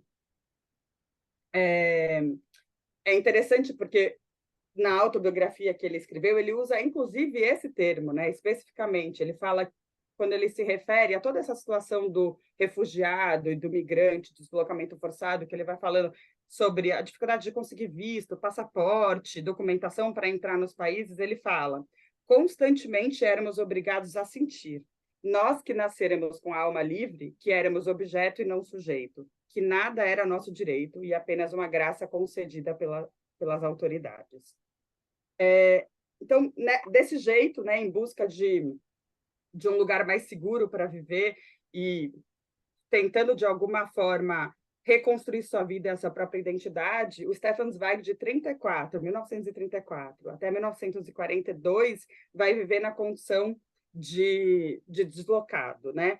Em 34, ele decide deixar a Áustria, depois que ele tem essa batida policial na casa dele, e até 40 ele vive na Inglaterra, mas quando tem a queda da França, e quando o antigermanismo e também o antissemitismo vai crescendo na Inglaterra, ele opta por deixar a Europa e vai viver no continente americano, onde ele não consegue se fixar em nenhum país, ele fica entre Estados Unidos, Argentina e Brasil. Então, nesse período de refúgio, apatria e exílio, o Stefan Zweig vai se defrontar cada vez mais com essa pergunta, né? Quem sou eu? De se olhar no espelho e conseguir definir quem era ele mesmo. E com todas as dificuldades impostas por uma realidade que mostrava que ele era um homem marginal e que retirava dele a condição de sujeito para relegá-lo à condição de objeto. Na minha dissertação, quando eu penso na questão da identidade no exílio, sobre todos esses enfrentamentos, sobre quem eu sou, quem eu gostaria de ser, como eu me constituí, eu me dediquei principalmente a 2 pontos que o próprio Stefan Zweig vai trazendo nas cartas que ele troca com a família e também no seu livro autobiográfico, o mundo de hoje. E também nos seus diários, que durante parte do exílio ele tem alguns diários. Então, o primeiro ponto é a língua materna. Ele era um escritor de língua alemã, então o fato dele não poder mais escrever em alemão e publicar em alemão por conta das proibições nazistas, para ele gera uma fratura identitária gigantesca. O fato dele não poder se comunicar mais em alemão, ele tem um círculo muito restrito de pessoas com quem ele consegue trocar ideias em alemão durante o seu exílio. O fato dele não poder falar nas ruas, mesmo na Inglaterra, no Brasil, de ser desencorajado de usar o idioma alemão nas ruas por conta do crescimento do antigermanismo, por causa do contexto da guerra. E mais do que isso, eu também falo da questão do uso do idioma alemão por parte do governo nazista. Então, ele também percebia a sua língua materna sendo fraturada, sendo dilacerada, sendo manipulada e sendo usada como ferramenta de barbárie, de atrocidade. Então, essa relação dele com a língua materna, esse distanciamento da língua materna ao longo do refúgio do exílio, vai gerar no Stefan Zweig uma fratura na sua identidade bastante importante, enfim, bastante danosa, na verdade, para ele. E, para não me estender muito, a questão da documentação, né? O Stefan Zweig, ele se via e defendia o europeísmo, o cosmopolitismo, ele era muito mais do universal do que do particular, e na medida em que ele se vê tendo que depender de outros estados para conseguir documentação, seja para deslocamento, seja para residência, passaporte, quando ele perde o passaporte austríaco, ele faz um pedido de passaporte britânico para a Inglaterra, e ele começa a dizer, antes eu tinha esse direito ao passaporte, porque eu era um austríaco, agora eu dependo da concessão, né? Dependo dos outros estados, e isso eu posso perder a qualquer momento. Isso também vai gerando uma dificuldade muito grande na forma como ele percebia um homem livre, intelectual, europeu, que circulava livremente pela Europa, e a forma como ele passou a se ver pós-experiência crise. Não vou me estender muito mais. E aí, no final do meu trabalho, o que eu trago é assim, de que forma que, então, esse indivíduo, Stefan Zweig, buscou sair dessa condição de objeto e voltar à sua condição de sujeito. De que forma que ele resistiu a ele determinar a sua identidade, a sua realidade e a sua história. E aí eu vou por dois caminhos, né? Pelas obras espelhos, na verdade, o Stefan Zweig ele escreveu algumas obras no exílio, durante esse momento de refúgio e exílio. Erasmo de Roterdã, Montaigne. O Erasmo foi uma biografia sobre o Erasmo, Montaigne é um ensaio, e O Mundo de Ontem é a autobiografia que o Stefan Zweig escreveu quando ele já está no continente americano, aqui na década de 40, como uma forma de deixar registrado aquilo que ele acreditava, os seus valores e quem ele acreditava ser, né? Construir a sua própria identidade. A Grada Quilombo ela tem esse trechinho que diz: escrever este livro foi de fato uma forma de transformar, pois aqui, calma que está na minha frente, desculpa. Pois aqui eu não sou a outra, mas sim eu própria. Não sou o objeto, mas o sujeito. Eu sou quem descreve minha própria história, e não quem é descrita. Escrever, portanto, emerge como um ato político. E também eu trago uma leitura do Stefan Zweig de que o suicídio dele é uma outra forma de resistência, é uma outra forma de busca do sujeito. Muita da literatura sobre Stefan Zweig traz o suicídio dele como um símbolo de fracasso, como símbolo de fraqueza. E eu tento olhar para esse ato como um ato super trágico, mas de forma muito mais compreensiva, e vendo o suicídio, em última instância, como uma performance da autonomia, pois somente um sujeito pode decidir sobre sua própria vida ou determinar sua existência. Isso. Trouxe essa imagem para finalizar.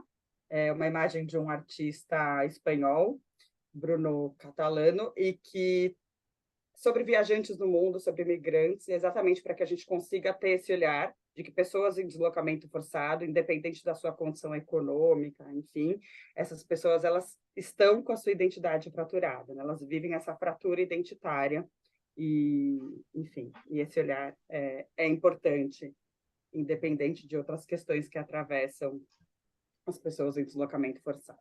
É isso. Obrigada. Muito obrigado.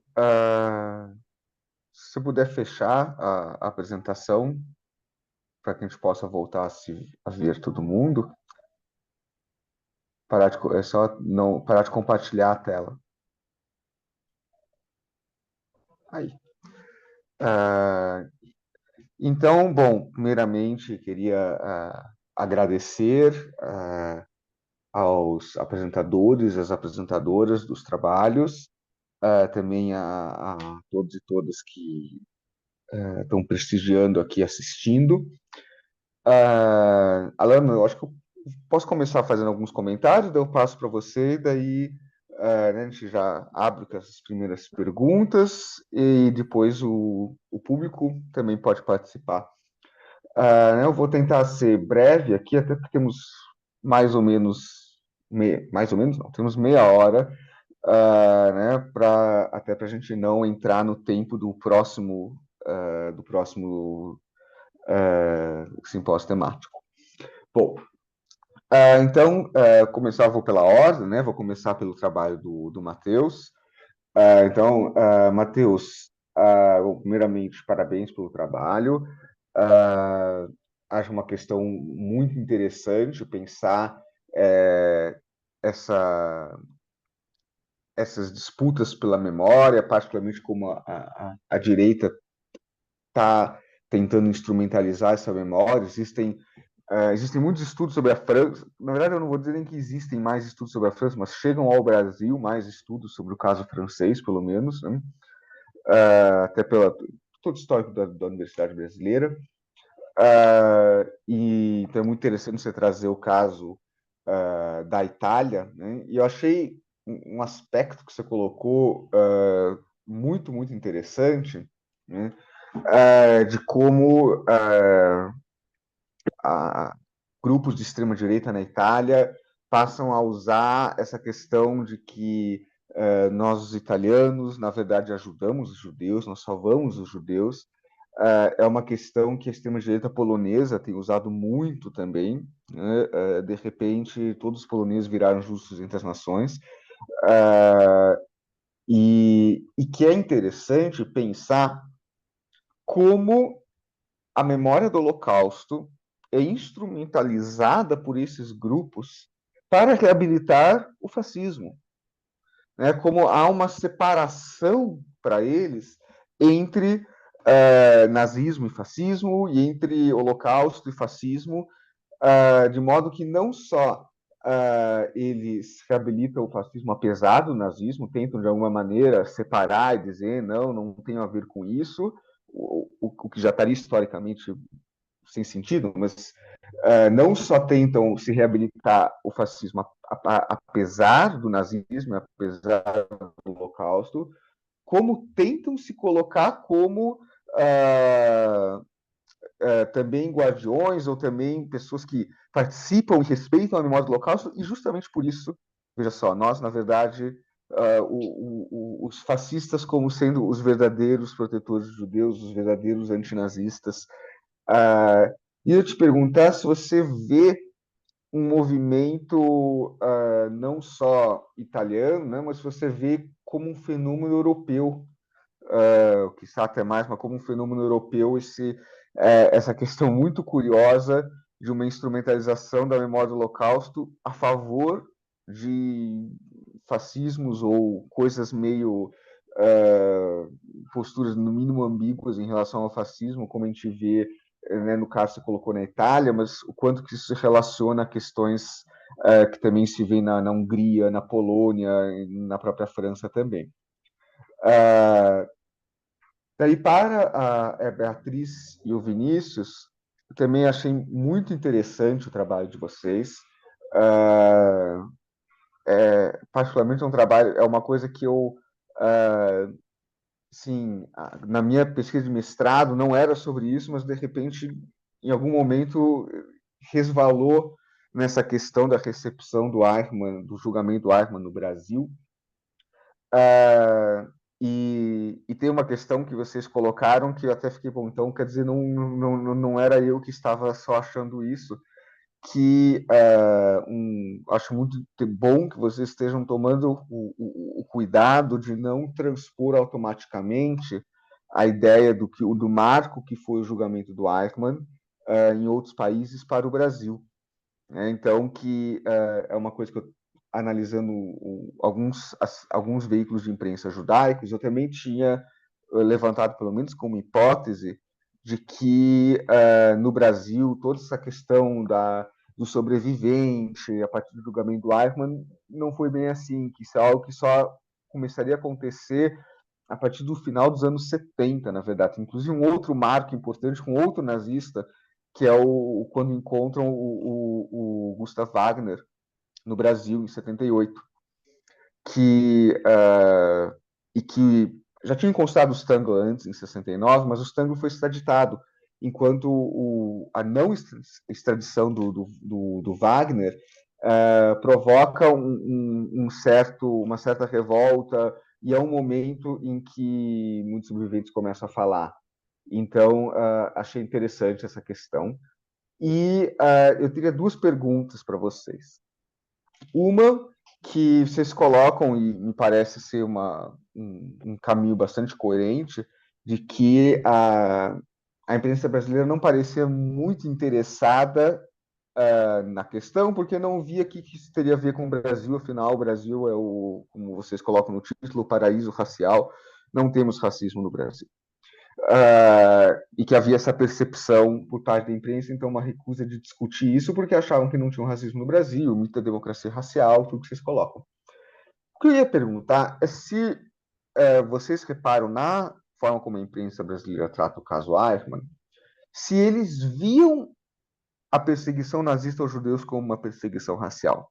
De certa forma, um passo anterior a pensar se eles veem o Brasil como também ocorrendo algo assim, mas se eles viam o próprio nazismo como uma questão de perseguição racial, porque eu pergunto que é uma questão que me parece relevante, sobretudo hoje em dia, tenho pensado bastante sobre isso, que eu tenho a impressão que para muitas pessoas não veem a perseguição nazista aos judeus como uma perseguição racial, com diversas consequências, né?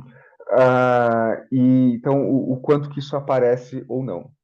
E a outra pergunta que eu ia fazer para vocês, incorporando também a pergunta que apareceu no chat da Roberta do Museu Judaico, ela tinha perguntado sobre essa imprensa judaica que vocês analisaram. Eu também ia perguntar se nesses veículos de imprensa, que eu percebi que vocês escolheram a parte da imprensa geral brasileira, vocês escolheram veículos, digamos, da grande mídia, né? Se nas revistas judaicas vocês percebem não só uma diferença em relação à abordagem da imprensa brasileira de um modo geral, mas entre veículos diferentes, né? Vocês chegaram a passar, eu acabei não anotando todos, mas quais os veículos de imprensa judaica vocês escolheram?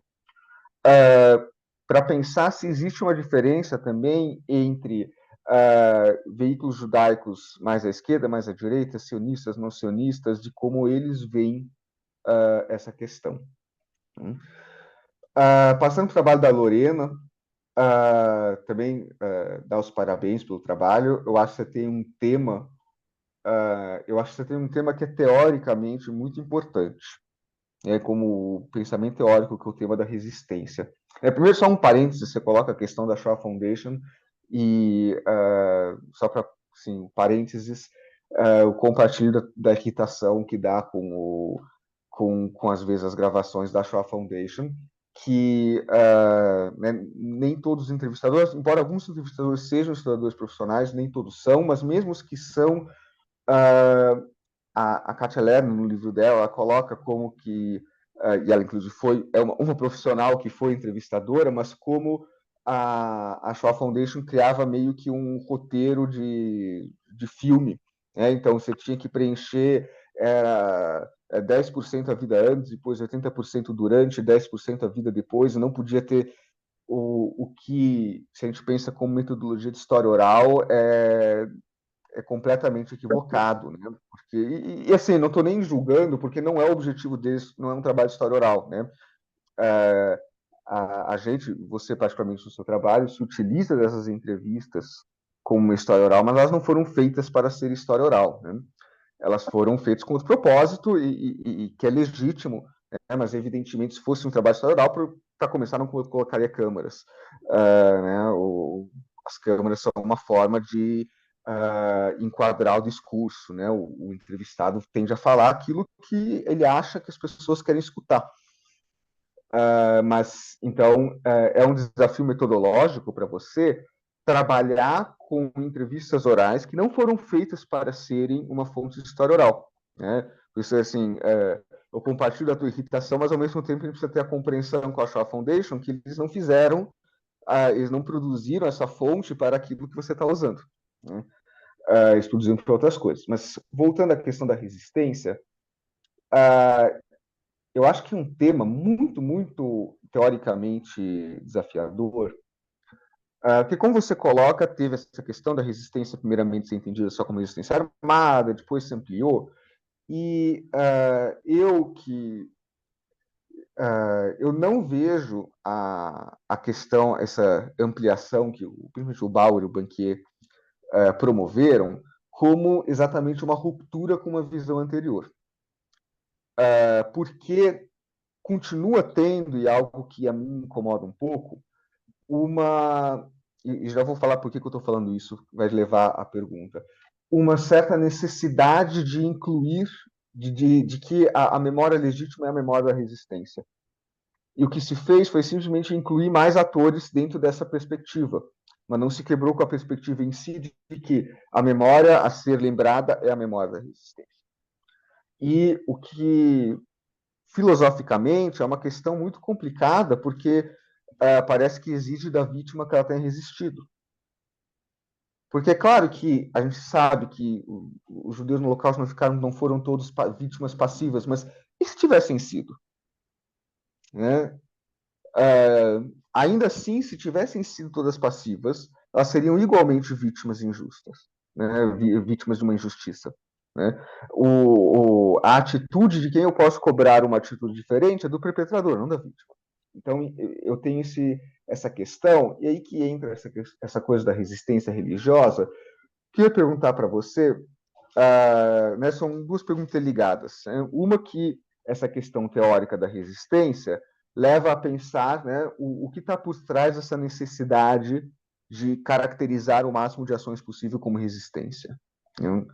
Qual que seria o problema de dizer que talvez não seja resistência? E nem por isso é um problema. Mas, e aí a pergunta mais concreta, eu te perguntar se nesses depoimentos, né, embora seja uma questão subjetiva, porque afinal esses depoimentos são dados nos anos 90, se você percebe que esses sujeitos viam a si mesmos como resistentes. Porque quando eu falo de resistência, para mim, não para o Bauer e para o Banquier, mas para mim me parece ser uma questão fundamental pensar em que medida esses sujeitos se viam como praticando um ato de resistência ou não. Para o último trabalho da Melanie, também parabéns pela toda a reflexão em torno do Zweig, e que é uma questão muito instigante, né? Pensar como que alguém que tem toda essa... É um intelectual e não é alguém que era alheio ao mundo político também, né? Não é que era alguém que vivia no mundo da sua ficção, era alguém envolvido com figuras políticas e tudo mais,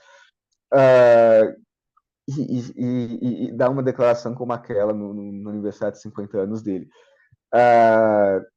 E eu ia te perguntar se você percebe uma situação também de marginalidade, não, embora ligada à condição judaica, mas pelo fato de que o próprio pacifismo dele na Primeira Guerra Mundial, ele se colocar como um europeu acima de tudo, é muito judaico da Europa Central se colocar como um europeu acima das identidades nacionais, na verdade, embora talvez ele não colocasse dessa forma, o quanto que essa também já não era uma situação marginal, né? de em tempos de nacionalismos da Primeira Guerra Mundial, ele se colocar não só contra a guerra, mas reivindicar uma espécie de identidade europeia no momento em que parece que isso está em absoluto declínio, até antes mesmo da condição como judeu dele. Né? Então, bom, me estendi bem mais do que deveria. peço até desculpa já para as pessoas, para a Lana também. Passo para a Lana para fazer os comentários, perguntas dela, para depois a gente retornar para os apresentadores. Oi, gente, boa tarde. Muito obrigada, Michel. Gostaria de iniciar parabenizando todos os trabalhos.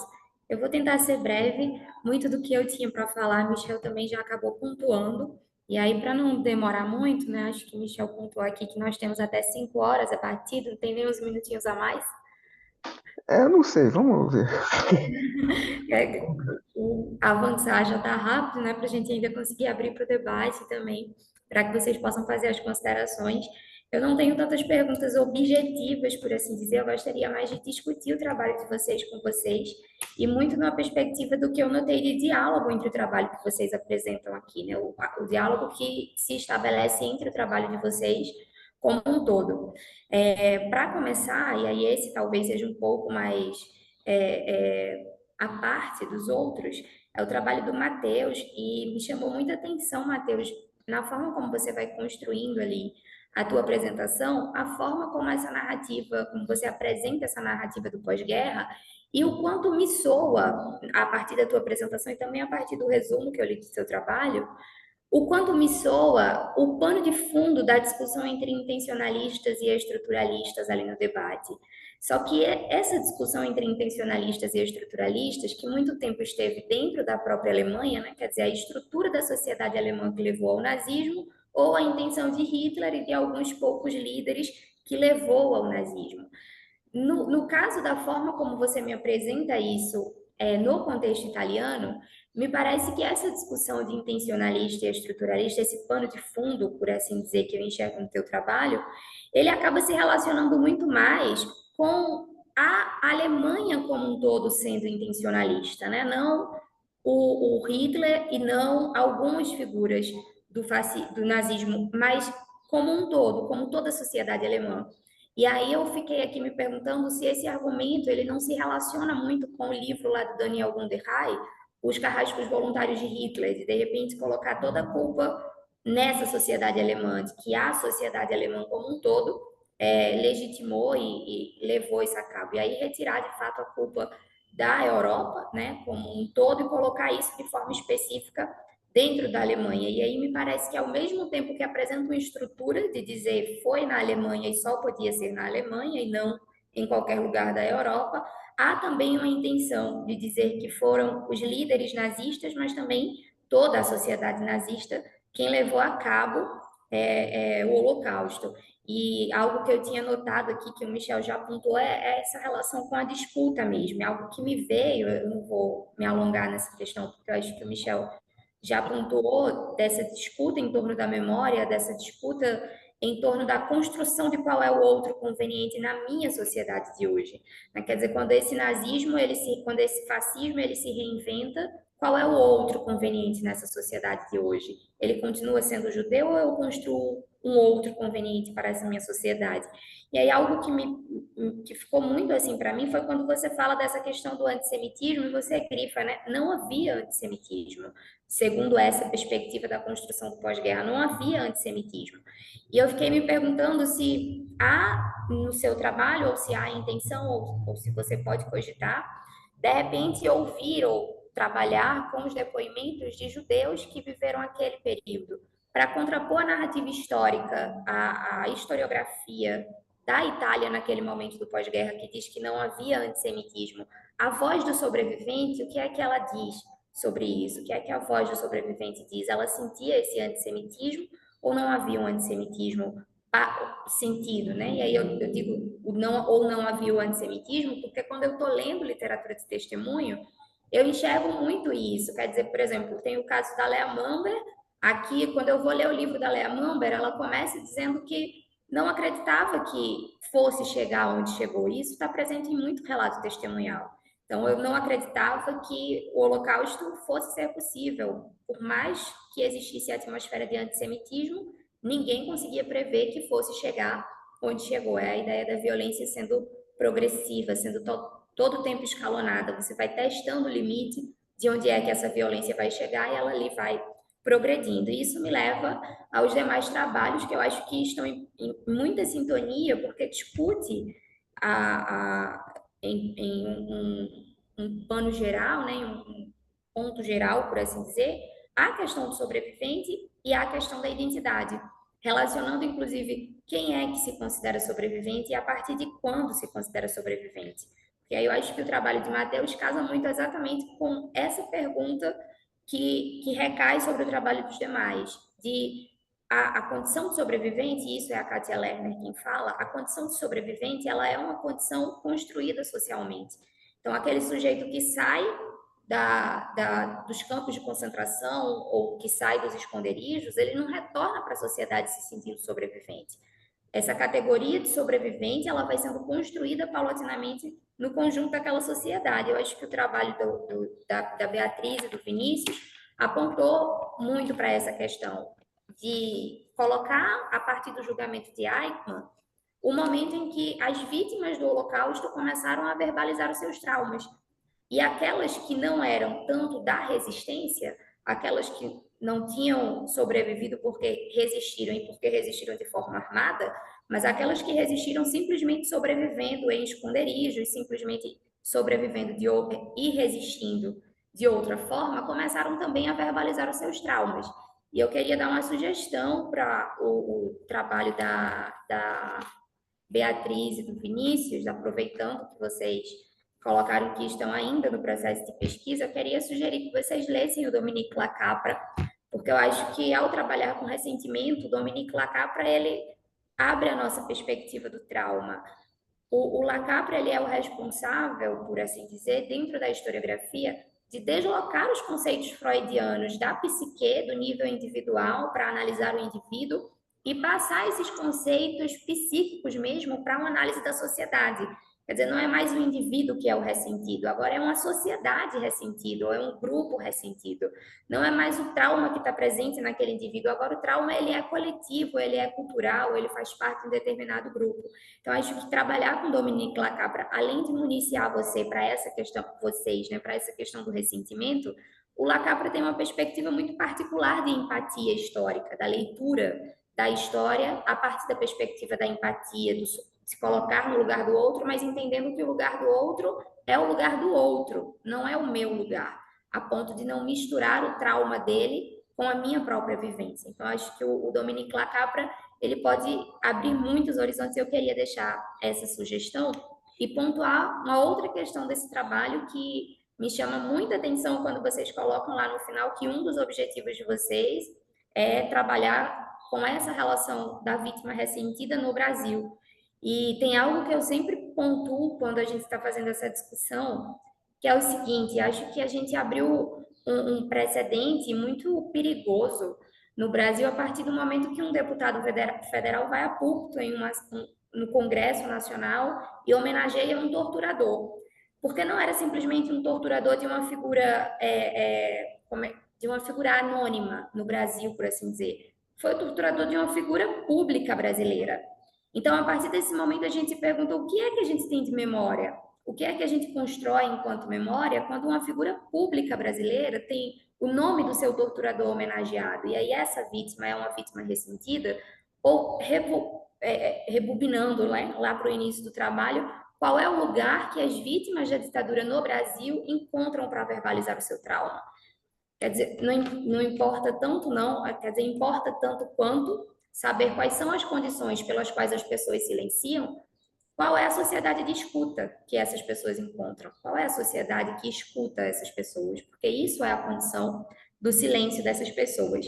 E nessa questão da concepção de sobreviventes, né, de discussão desses sobreviventes, e eu queria pontuar algumas coisas sobre o julgamento de Eichmann, mas eu acho que, enfim, pelo tempo eu vou acabar passando, que é muito mais acerca da teatralização do julgamento, né? Acho que alguém colocou aqui uma pergunta no chat, eu vi na hora que subiu, se referindo às fontes de mídia judaica. Eu não tenho conhecimento sobre as fontes de mídia judaica, mas o próprio livro da Hannah Arendt, muito criticado pelo teor do próprio livro, né? Pela forma como constrói, como praticamente inocenta o Eichmann, pelo que ele próprio fala, quando toda vez que surge uma pergunta ou uma fala de sobrevivente, ele se coloca como eu sou inocente no sentido da acusação. Então, eu posso não ser inocente em nada, mas no sentido do que eu estou sendo acusado, eu sou inocente. Então, em que sentido ele é culpado? Em que sentido ele se sente culpado? E ele mesmo responde a pergunta, né, somente perante Deus, mas não diante as leis. Então, acho que aí há uma questão de culpa e de responsabilidade nessa sociedade moderna, uma discussão sobre culpa e responsabilidade nessa sociedade moderna muito forte, mas eu não vou adentrar nesse assunto devido ao nosso tempo. Queria indicar para a Lorena o nome de um sobrevivente que veio aqui para o Brasil, que inclusive o Michel conhece, né, como um diretor também do Museu do Holocausto de Curitiba, que é o do Efraim Freyamund. Ele veio aqui para o Brasil e eu me lembrei dele quando você falou de resistência, porque o Efraim, ele faz, e você falando de resistência religiosa, o Efraim, ele segue no sentido contrário, ele dá um depoimento só na década de 80, se a memória não estiver me falhando, é a primeira vez que ele fala sobre esse evento. Eu tive a oportunidade de entrevistar a filha dele, e eu fiquei abismada com o fato de ser somente na década de 80, 90 em que ele fala pela primeira vez. Eu perguntei a ela se de fato tinha sido aquilo. Ela disse, olha, de fato, foi somente naquela entrevista. E ela disse assim, depois que ele deu aquele depoimento, ele entrou num processo depressivo. Então, no momento em que ele falou, ele entrou num processo depressivo. Vários outros relatos de sobreviventes indicam o contrário, né? Indicam, olha, eu precisei falar, a escrita meio que foi a vazão do que ele precisava para conseguir continuar vivendo. E o Efraim não. No momento em que ele escreve, ele entra em um processo depressivo e eu indico isso por um motivo em específico, que é o que ele fala nesse depoimento do jornal acerca da sua religiosidade, acerca de como ele enxerga essa religiosidade a partir desse momento em específico. E uma questão que ficou muito aqui, eu até peço desculpas, porque eu perdi parte da apresentação da Lorena e da Melanie por conta de uma queda aqui na internet, mas teve uma parte que você falou, Lorena, quando acerca das entrevistas, né, da Shoah Foundation, e você indicou que em alguns momentos o entrevistador ele vai ali parando, né? Eu também usei alguns depoimentos da Shoah Foundation e ele vai parando porque em algum momento as pessoas começam a falar da experiência, mais da experiência do outro do que da experiência da sua própria experiência. E o Michael Pollack, ele fala que existem algumas narrativas que são impossíveis, que em algum momento eu não posso verbalizar aquele trauma como sendo meu, porque aquilo é pesado demais para eu admitir que eu fiz. Então eu acabo dizendo que aquilo dali foi uma experiência do outro, que aquela foi uma experiência que outras pessoas vivenciaram. Até naquele livro A Guerra Não Tem Rosto de Mulher, isso aparece, a Svetlana Alexievich dá um trecho e depois ela diz, olha, eu fui entrevistando pessoas e quando eu vi, uma pessoa deu um depoimento e aquilo era de outra pessoa, porque a pessoa em si, a pessoa que vivenciou aquele trauma, não tinha condições de verbalizar aquele trauma. Então, queria pontuar essa questão do como narrar, né? Como é que você narra esses eventos quando a sua própria experiência, quando a experiência do eu parece, de certa forma, fragmentar você. A Vena Dais, ela pergunta assim, como é que eu posso, se eu não posso me colocar, se eu não posso sentir a dor do outro, como é que eu posso me relacionar com essa dor do outro? Como é possível que eu me relacione? E só para finalizar de fato, eu sei que eu estou estourando o meu tempo, a discussão que a Melanie faz aqui, eu queria que você pudesse, Melanie, falar um pouco mais sobre essa questão da concepção do suicídio como resistência, como é que isso aparece para você a partir do Stefan Zweig, porque em toda a literatura de testemunho, quando aparece essa questão da sobrevivência, no mestrado eu trabalhei com algumas cartas, e algumas das cartas eram exatamente de pessoas que... todas as cartas eram cartas póstumas, mas um grupo dessa carta era um grupo de pessoas que estavam prestes a cometer o suicídio. E elas sempre diziam, eu estou saindo da vida para ver se eu consigo ceder a minha voz para que isso daqui acabe, para que eu possa fazer história de alguma forma. E é interessante notar esses que aparecem depois, porque eu acho que se relaciona muito com o trabalho da Lorena, com o trabalho do Matheus, com o trabalho da Beatriz, do Vinícius, nesse sentido do ressentimento, de como é que a gente trata o trauma interno, né? Porque o Primo Levi, a memória era um dever, ele precisava falar sobre aquilo e suicidou. O Stefan Zweig, o trauma, ele era inesquecível. E e foi ao suicídio. Então, nós temos outros casos em que isso acontece. No momento em que o que parece, né, ao fundo, é que o pesadelo do passado ele acaba se transformando num fantasma de estar vivo, num pesadelo. O pesadelo do passado se transforma nesse pesadelo do presente, o que é que eu faço aqui. Então, a minha discussão aqui foi muito mais no sentido de discutir com vocês do que de fazer perguntas mais objetivas. Eu gostaria que a gente pudesse discutir aqui em torno desses temas. E, mais uma vez, eu parabenizo muito por todos os trabalhos e agradeço ao IB pela oportunidade de participar. Aqui ao Michel por esse importante diálogo. Pessoal, obrigada pelos comentários, Alana e Michel, e parabéns aos apresentadores de hoje. Infelizmente, a gente não vai poder continuar o debate, porque a sala precisa fechar para a gente abrir a próxima sala, que está marcada para 5. A gente não consegue manter as duas ao mesmo tempo. Mas, enfim, acho que as provocações e as perguntas são boas também para os comunicadores irem pensando, e o objetivo do IB no Campus é exatamente que os diálogos não se encerrem, né? Que eles permaneçam. Então, a gente vai ter muitas outras oportunidades para continuar essa conversa. Então, eu quero agradecer a todo mundo e vou mandar aqui no chat o link para a próxima mesa, que vai começar agora, também para quem quiser. A gente mandou por e-mail, mas não sei se isso fica sempre chegando a tempo. E também a lista de presença eu já mandei aqui no chat. Quem não preencheu, por favor, assinem para a gente emitir os certificados. Muito obrigada, Alana, Michel, aos participantes que vieram também ouvir. A gente se encontra lá na próxima sala, então.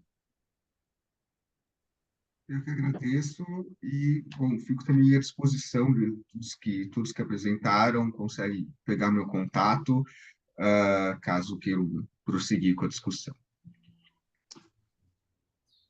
Também agradeço, gente. Muito obrigada pelo espaço. Desculpa se acabei falando muito e tirando o tempo do debate. Queria mesmo que a gente conseguisse conversar um pouquinho. Obrigada ao IB de novo, obrigada aos apresentadores e obrigada ao Michel por esse diálogo aqui.